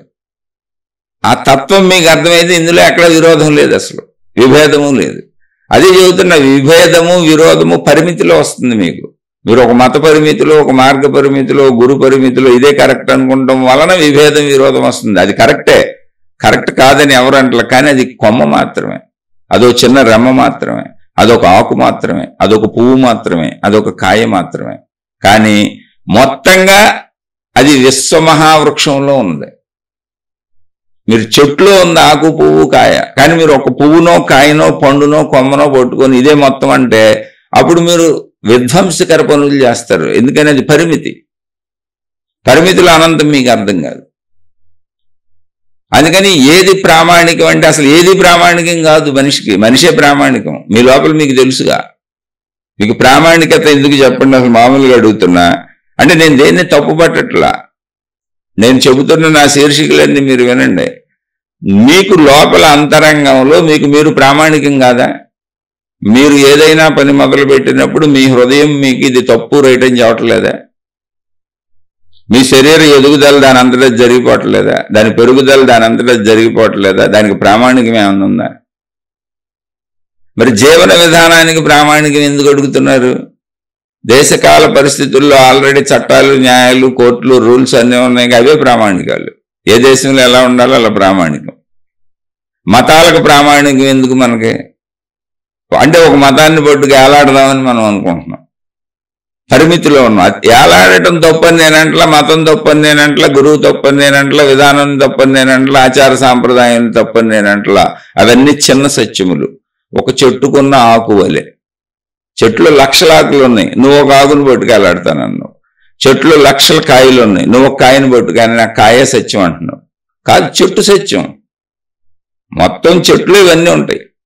అలాగే మొత్తంగా సనాతనము, శాస్త్రము, ధర్మము, సత్యము అనే దాంట్లో ఇవన్నీ ఉంటాయి. సత్యము, ధర్మము మతాలకేం మారిపోదు. ఏ మతంలో అయినా నువ్వు మనిషివే. ఏ మతంలో అయినా కుక్క పిల్లి పిల్లే, నక్క నక్కే, సూర్యుడు సూర్యుడే. పంచభూతాలు అనకపోవచ్చు వాళ్ళు, ఏముందని. కానీ సూర్యుడితోనే బతుకుతారు, నీళ్ళు తాగాక బతుకుతారు, గాలి పీల్చాక బతుకుతారు. ఆ మతంలో ఈ పేర్లు వాడకపోవచ్చు. మనం ఎక్కడ పుట్టాం కాబట్టి ఈ పేర్లు వాడుతున్నాం. వాళ్ళు పుట్టిన చోట వాళ్ళ పేర్లు వాళ్ళు వాడుకుంటారు. మతంలో, మార్గాల్లో ఉండేది పేర్లు, సృష్టించుకున్న పదజాలాలు, భాషాజాలాల మార్పులే తప్ప మూల మార్పు కుదరదు. ఆ కుదరని మూల మార్పు అని చెప్పిందే సనాతనము, శాస్త్రము, ధర్మము, సత్యము. అది మానవ జాతికి సంబంధించింది. ఒక తెగకి, ఒక కులానికి దాన్ని కట్టేవాళ్ళు అజ్ఞానులు అంతే. అది ఎవరికి సంబంధించింది? ఒక ప్రత్యేకమైన తెగదైతే కాదు, మొత్తం అందరికీ సంబంధించింది. కాదండి మా మతం వరకే మేము ఉంటాము అంటే ఉండు, తప్పులేదు. కానీ నువ్వు పరిమితిలో ఉన్నావు, ఏమీ పొందలేవు, ఎప్పటికీ పొందలేవు. ఎందుకు పొందలేవు అంటే చాలా సింపుల్. మీరే ఆలోచించండి. చెట్టుని నువ్వు కాయని చూస్తున్నావు, చెట్టుని చూడట్లా. కొమ్మని చూస్తున్నావు, చెట్టుని చూడట్లా. అంటే చెట్టు నీకు అసలు కనపడతలా, అంత విశాలత్వం నీలో లేదు. ఆకుని చూస్తున్నావు, చెట్టుని చూడట్లా. నీలాంటి ఆకులు లక్షల కోట్లు ఉన్నాయి ఆ పక్కన. ఆ విశాలత్వ భావన లేనప్పుడు ఒక్క ఆకుగా నువ్వు మోక్షాన్ని ఎలా పొందుతావు? నువ్వు మొత్తం చెట్టు అయితే కదా నీకు మోక్షం వచ్చేది. ఆకుగా రాలిపోతావు, కాయగా రాలిపోతావు, పువ్వుగా రాలిపోతావు, పండుగా రాలిపోతావు, కొమ్మగా ఏదో ఒకటి ఎండి పడిపోతావు. చెట్టుగా ఎప్పుడు ఉంటావు. చెట్టు శాశ్వతం. ఇక్కడ చెట్టు శాశ్వతం. అలాగే అనంత ఆత్మశక్తి శాశ్వతం. అది నువ్వే, నీ స్వరూపమే. మతం దాన్ని చెప్పాలి, మార్గం దాన్ని చెప్పాలి, గురువులు దాన్ని చెప్పాలి. నిన్ను పరిమితి నుంచి అపరిమితికి అనంతత్వానికి ఉన్న విశ్వమహావృక్షాన్ని నీకు చూపించి అది నువ్వే అని చెప్పాలి. నువ్వు అందులో భాగం కాదు, అది నువ్వే. ఇప్పుడు చెట్టు ఆకు వేరువేరా? చెట్టే ఆకు, ఆకే చెట్టు. చెట్టు కాయ వేరువేరా? కానే కాదు, కాయే చెట్టు, చెట్టే కాయ. అలా చెట్టులో ఉన్నదేది చెట్టుకు వేరుగా లేదు. ఎక్కడ చెట్టులోనే కదా ఉన్నది. అలాగే విశ్వంలో ఉన్న మనం, విశ్వశక్తితో ఉన్న మనం, విశ్వశక్తి ఆధారంగా పంచభూత ఆధారంగా పంచభూతాలతో బ్రతుకుతున్న మనం విశ్వశక్తికి వేరుగా ఎలా అవుతాం, భిన్నంగా ఎలా అవుతాం? భిన్న భావనలో ఉన్నాం. ఆ జ్ఞానాన్ని తెలుసుకోవాలి. అందువలన ఇప్పుడు మొత్తం మతాలలో ఉన్నటువంటి గ్రంథాలు ఏదైనా ప్రామాణికం తీసుకోవచ్చు. నువ్వు ప్రామాణికత ఏముంది? ప్రామాణికత అన్నిటికీ ఒకటి, నువ్వు మంచిగా జీవించాలి అంతే రోజు చెప్పేది. వేరే మతాల్లో వేరే గ్రంథాల్లో మంచిగా జీవించొద్దని చెబుతారేంటి? ఏం చెబుతారండి? డ్రెస్సులు మారుస్తారు, గడ్డాలు పెంచమంటారు, తీసేయమంటారు, లేదా గుండు కొట్టించుకోమంటారు, లేదా జుట్టు పెంచమంటారు, లేదా రకరకాల వేషధారణలు మార్చుకోమంటాయి తప్ప మతాలు. మతాలలో వేషధారణలు, భాషలు మార్పులు తప్ప మంచితనం మార్పు కుదురుతుందా? అది సత్యము. సత్యం అంటే ఏంటి? శాసనం అంటే ఏంటి? ఎక్కడైనా ఒకటేది. అందరూ మంచిగా ఉండాల్సిందే. అది మార్పు చెందించడానికి వీలు లేనిది శాసనం. ఆ శాసనాన్ని చెప్పింది సనాతనం. సనాతనం అంటే ఎవరు? మనుషులే. ఆనాటి మనుషులు చెప్పారు. వాళ్ళ పేర్లు రాసుకోవాలి. అందుకే వాళ్ళ పేర్లు పూర్వం మొట్టమొదటాటికి పేర్లు ఉండవు. వాటిని వేదములు అని పిలిచారు. వేదముల్లో ఏముందంటే మొత్తం ఉంది. ఇప్పుడు సృష్టిలో సైంటిస్టులు, డాక్టర్లు మొత్తం ఏం చెబుతున్నారు అవన్నీ ఉన్నాయి. అవి వేదములని పరిమిత గ్రంథాలు కాదు. అన్ని పోయి పోయి పోయి దొరికిన పరిమితికి వచ్చినాయి. ఎందుకని? వాళ్ళ చెప్పుకుంటూ వచ్చారు, ఎవరికాళ్ళు వాళ్ళది రాసుకుంటూ వచ్చారు. అలా సాగి సాగి కాలగమనంలో కొన్ని దొరికినాయి. మళ్ళీ కాలాంతరంలో లక్షల కోట్ల సంవత్సరాలు గడుస్తున్నప్పుడు అంతరించిపోతా ఉంటాయి. ఎవరో ఒకళ్ళు వాటిని నిక్షిప్తం చేయకపోతే, మళ్ళీ కంటిన్యూ చేయకపోతే పోతాయిగా. ఇప్పుడు నేను ఈ స్పీచ్లు చెబుతున్నాను అంటే ఉదాహరణకు చెబుతున్నా, అంటూ పోల్చుకొని కాదండి. నేను చాలా సామాన్యుడిని. ఎవరో ఒకళ్ళు విని కంటిన్యూ అలా నడుపుతూ ఉంటే ఇప్పటికే ఉంటాయి. తర్వాత నాకు కొన్నాళ్ళ తర్వాత తినటం మానేసి అసలు పట్టించుకోవటం మానేశారు అనుకోండి, ఇది ఉండదు. మళ్ళీ ఎవరియో వస్తాయి, ఏదో వస్తాయి. అలా కాలంలో కొన్ని కొట్టుకుపోతూ ఉంటాయి. సనాతనము అన్నప్పుడు వాళ్ళ పేర్లు అంటే అసలు వాళ్ళకి నా ఉద్దేశంలో ఏంటంటే వాళ్ళు అసలు ఋషులు, మునులు, యోగులుగా బతికుంటారు తప్ప పేర్లు కూడా పెట్టుకొని ఉంటారు. తర్వాత వచ్చి ఉంటాయి పేర్లు. అప్పటికి అసలు పేర్లు కూడా ఉండవు మొదటి నుంచి. ఒకవేళ పేర్లు ఉన్నా అది మన ఊరికనే మన శరీరాన్ని గుర్తించడానికి పేరు పెట్టుకున్నాను తప్ప జ్ఞానానికి పేరేంటని జ్ఞానాన్ని జ్ఞానంగా చెప్పారు అంతే. పేర్లు రాయలాళ్ళు, కాపీ రైట్స్ వేసుకోవాలి.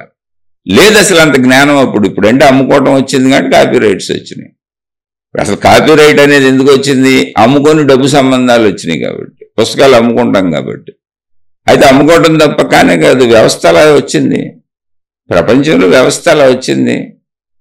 ఆ వ్యవస్థను బట్టి అమ్ముకోవాలంటే మరి అందరూ నేను రాసింది వాళ్ళు రాసింది వీళ్ళు అంటే మళ్ళీ అది గొడవలు అయిపోతాయి కాబట్టి కాపీ రైట్ చట్టాలు వచ్చినాయి. అప్పుడు లేవు అవి మొదట్లో. అందుకని వాళ్ళు చక్కగా ఉన్నట్టు చెప్పేశారు అంతే. అలా చెప్పబడినవి శాస్త్రములు, వాటికి అలా చెప్పబడినవి వేదములు అన్నారు. వేదము అనే పదానికి అర్థం ఏంటో తెలుసా? తెలుసుకొనదగినవి అంతే. మానవులు తెలుసుకొనదగినవి వేదములు. వేదములు అంటే తెలుసుకొనదగినవి. ఆ పేరు పెట్టారు. తెలుసుకొనదగినవి అని తెలుగులో పెట్టామనుకోండి, అది మామూలుగా అనిపించేది. ఇది వేదములు వేదములు వేదములు అంటే సంస్కృతంలో ఉంది కాబట్టి అవి ఎవరో ఒకళ్ళే అనుకుంటున్నారు. కానీ కాదు. అప్పుడు విద్యా భాష సంస్కృత భాష, అది మళ్ళీ కాలగమనంలో అంతరించిపోయింది. ఇప్పుడు చూడండి, మొత్తం ఇంగ్లీష్ వచ్చేసింది ప్రపంచం అంతా. మన మాతృభాషలు కూడా నశించిపోతున్నాయి నిదానంగా. మన పిల్లలకే తెలియట్లేదు. దాన్ని మనం ఏం చేయలేం. తప్పు రైటు కాదు, కాలంలో వచ్చే మార్పులేవి. వీటిని అర్థం చేసుకుంటే మీరు జ్ఞానంలోకి వెళ్తారు. ఏదో ఒకటే పట్టుకు వెళ్ళాడుతానంటే కుదరదు. అందుకని ప్రామాణికత ఏంటి అంటే అసలు ప్రామాణికత నీకు నువ్వే. నీ హృదయంలోనే నువ్వు ఎలా జీవిస్తున్నావో చెప్పేటువంటి ఏర్పాటు సృష్టి శక్తి చేసింది. ఒక మొక్క తాను ఎలా ఎదగాలో ఆ మొక్కకి దాని లోపలే కూర్చబడింది. ఒక జంతువుకు తాను ఎలా ఎగరాలో, ఒక పక్షికి ఒక జంతువుకు తాను ఎలా బతకాలో, ఏం చేయాలో అన్ని దాని లోపలే ఉన్నాయి. దేనికి దానిలోనే ఉంది. ప్రామాణికత నీకు నువ్వే. అందుకని నేను చెబుతా, నిన్ను నువ్వు గమనించుకో, నిన్ను చూసుకో, నిన్ను మార్చుకో. నేను చెబుతా అనేది చాలా తప్పు, పొరపాటున వచ్చేసింది ఆ పదం. మహాత్ములు చెప్పారు, నిన్ను గమనించుకో, నిన్ను తెలుసుకో, మొత్తంగా అన్ని కలిపి మంచిగా జీవించు. ఒక సింపుల్ పదం, 2 అక్షరాలు, మంచి. ఈ మంచి అనేదాన్ని మతాలు మార్చగలవా? మార్చలేనటువంటిది ఏదుందో అది సత్యం. అన్ని మతాలు మంచిగా చెప్పాలి.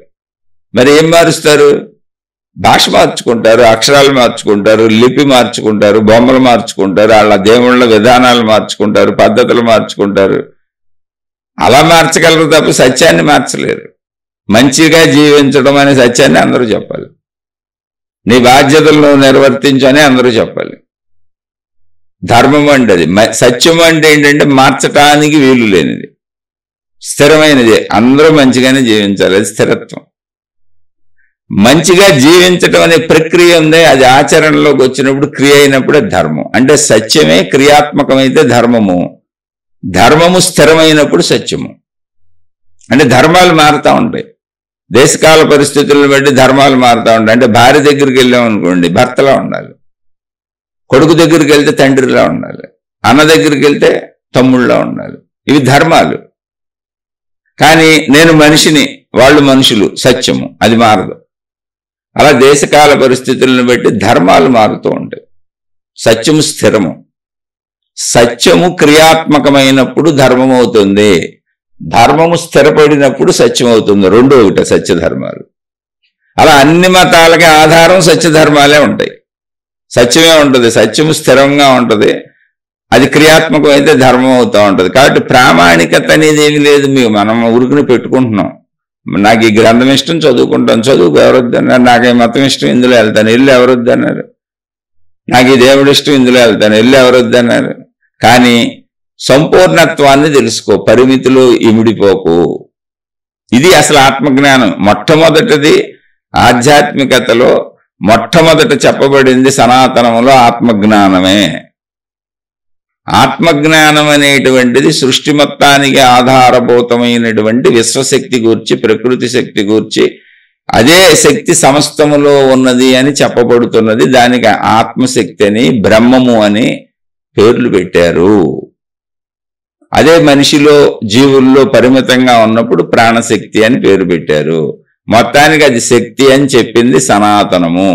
ఆ శక్తిని గూర్చిన వివరాలు చెప్పింది శాస్త్రము. దాన్ని ఎలా పొందవచ్చో చెప్పింది శాస్త్రము.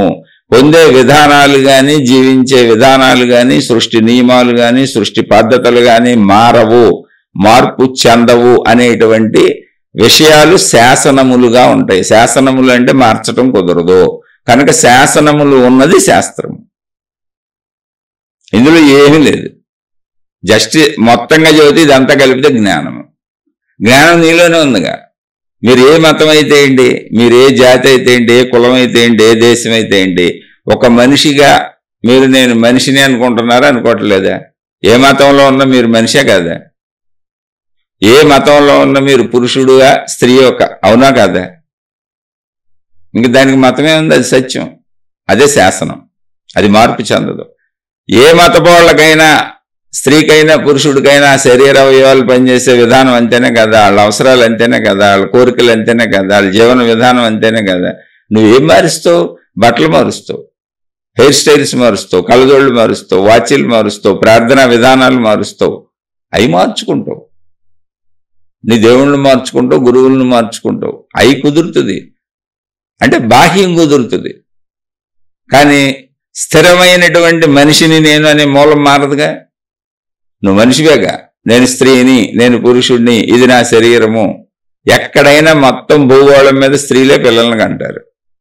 ఏ స్త్రీ పిల్లల్ని కనాలన్నా పురుషుడు కావాలి. పురుషుడు స్త్రీ కలవకుండా పిల్లలు పుట్టరు. ఇది శాసనము. ఈ శాసనం శాస్త్రంలో ఉంటుంది. దీన్ని చెప్పింది సనాతనము. ఇదే ధర్మము. ఇది స్థిరమైంది కనుక సత్యము, ఇది క్రియాత్మకమైతే ధర్మము. ఇంకా మిగిలిన పైన ఏమని మార్చుకోవచ్చు. పుట్టిన పిల్లలకి మేము రకరకాల పేర్లు పెట్టుకుంటాం, అది మతం. నీకు నచ్చిన పేర్లు పెట్టు, కానీ పుట్టేది పిల్లలే. ఆడపిల్ల మగపిల్లడు పుడతాడు అంతే. అది మారదు, అది శాసనం, అది సత్యం, అదే ధర్మం. నేను కన్న పిల్లల్ని నేను పెంచాలి, ధర్మము. నన్ను పెంచిన నా తల్లిదండ్రులను నేను మళ్ళీ జాగ్రత్తగా చూడాలి, ధర్మము. నన్ను వివాహం చేసుకున్న భార్యను నేను చక్కగా చూడాలి, ధర్మము. నా భర్తతో నేను చక్కగా ఉండాలి, ధర్మము.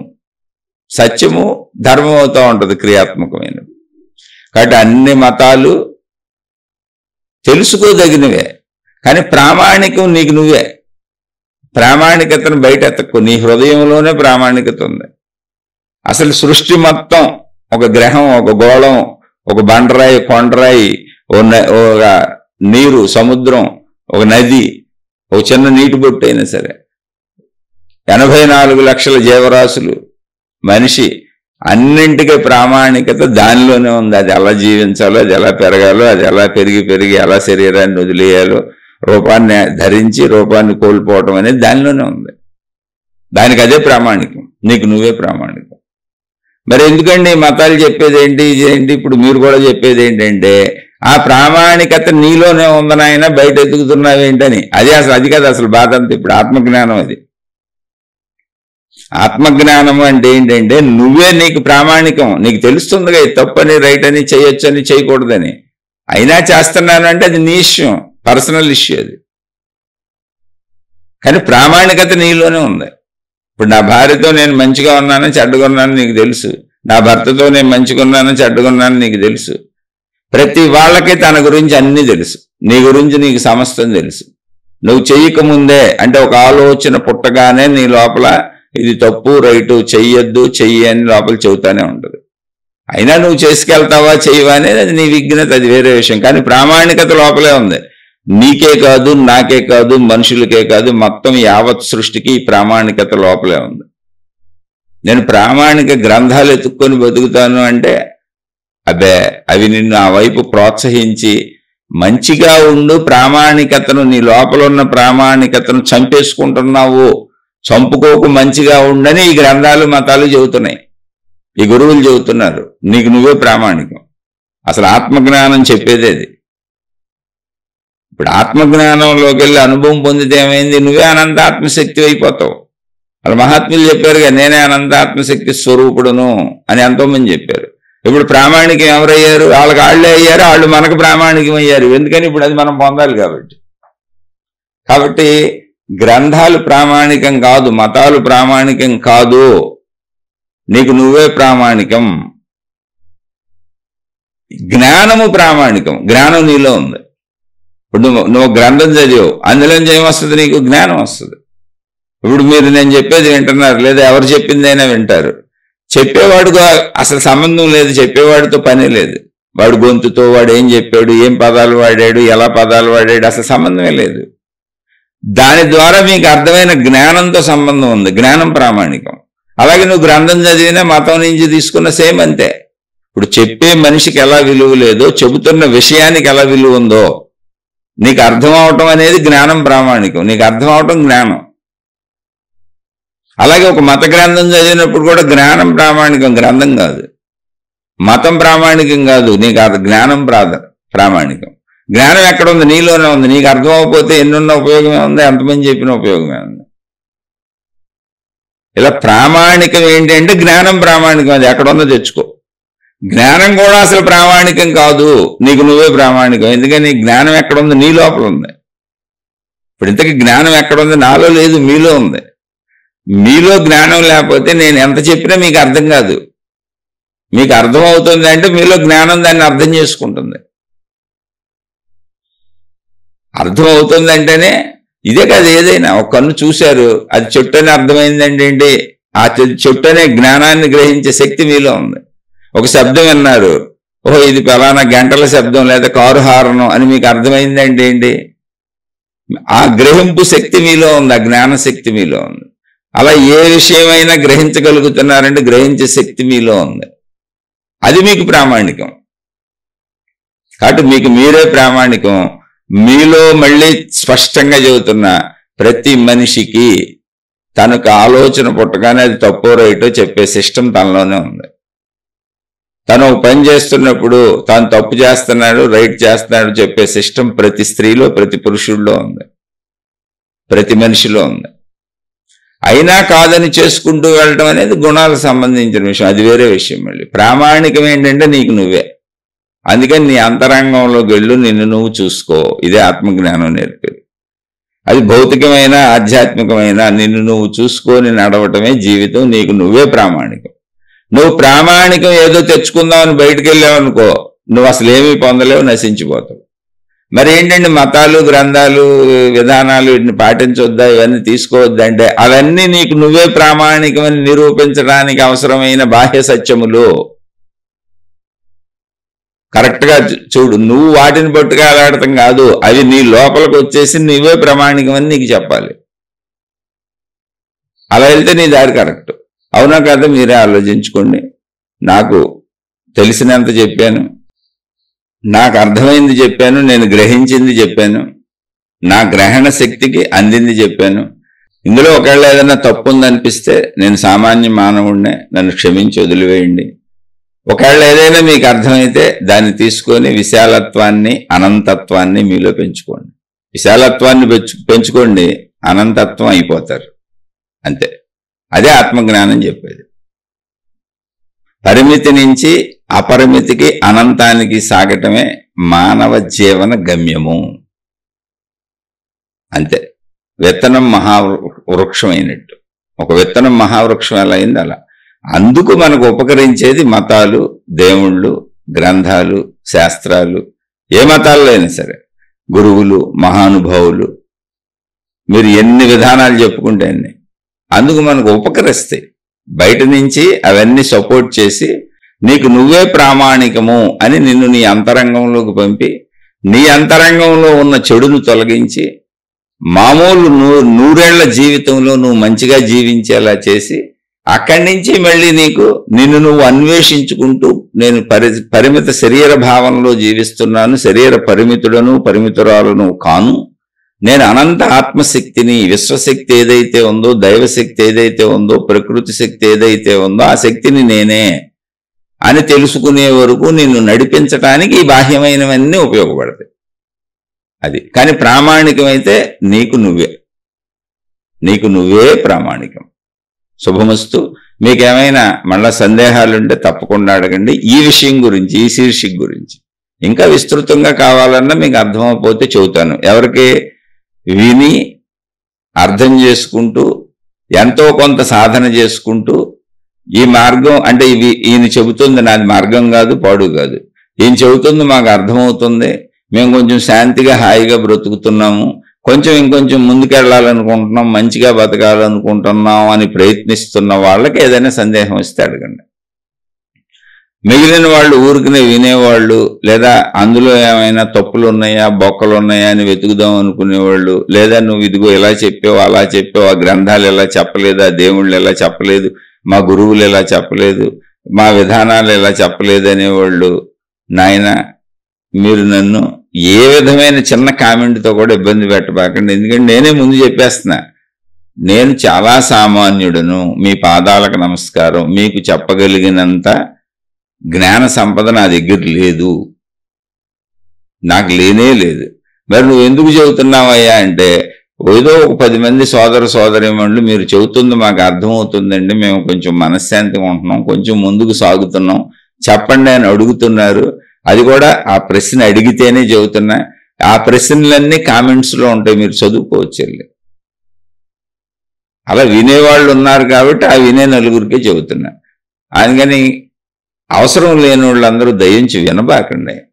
వినేందుకు మీరు బాధపడి నన్ను బాధ పెట్టడం అనవసరం కదా, కాలం వృధా చేసుకోవటం. అందుకని చక్కగా నాది అర్థమవుతున్న వాళ్ళు మాత్రమే వినండి. అసలు వేరే గురువులు ఉన్నవాళ్ళు, వేరే విధానాలను అనుసరిస్తున్న వాళ్ళు, వేరే నమ్మకాలు ఉన్నవాళ్ళు మీరు వినకండి. నిన్న కామెంట్స్లో నాకు ఎవరో పెట్టారు, మీరు ఇంతకుముందు ఎప్పుడో ఒక శీర్షికలో చెప్పారు, మహిమలు మాయలు నమ్మొద్దని. ఒక ఆయన ఇలాగే చెబుతూ ఒక గురువు గారు ఇలాగే చనిపోయాడు, అది ఇదని పెట్టారు. ఆయన మా గురువు గారేను, మేము ఆయన 30 ఏళ్ల నుంచి అనుసరిస్తున్నాము. ఆయన ఎంతో గొప్పవాడు, కావాలనుకుంటే తన మరణాన్ని తాను ఆపుకోగలడు.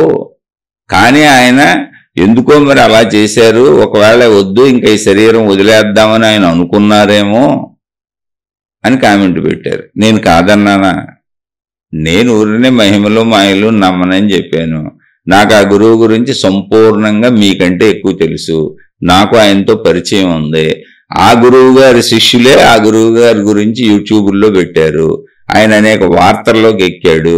ఆయన గురించి బోల్డ్ మంది ఆయనలో తప్పుల్ని చెప్పిన వాళ్ళు ఉన్నారు. వాళ్ళు నాకు తెలుసు. పెద్ద పెద్దోళ్లే చెప్పిన వాళ్ళు ఉన్నారు. ఇప్పటికీ నెట్లో ఉన్నాయి.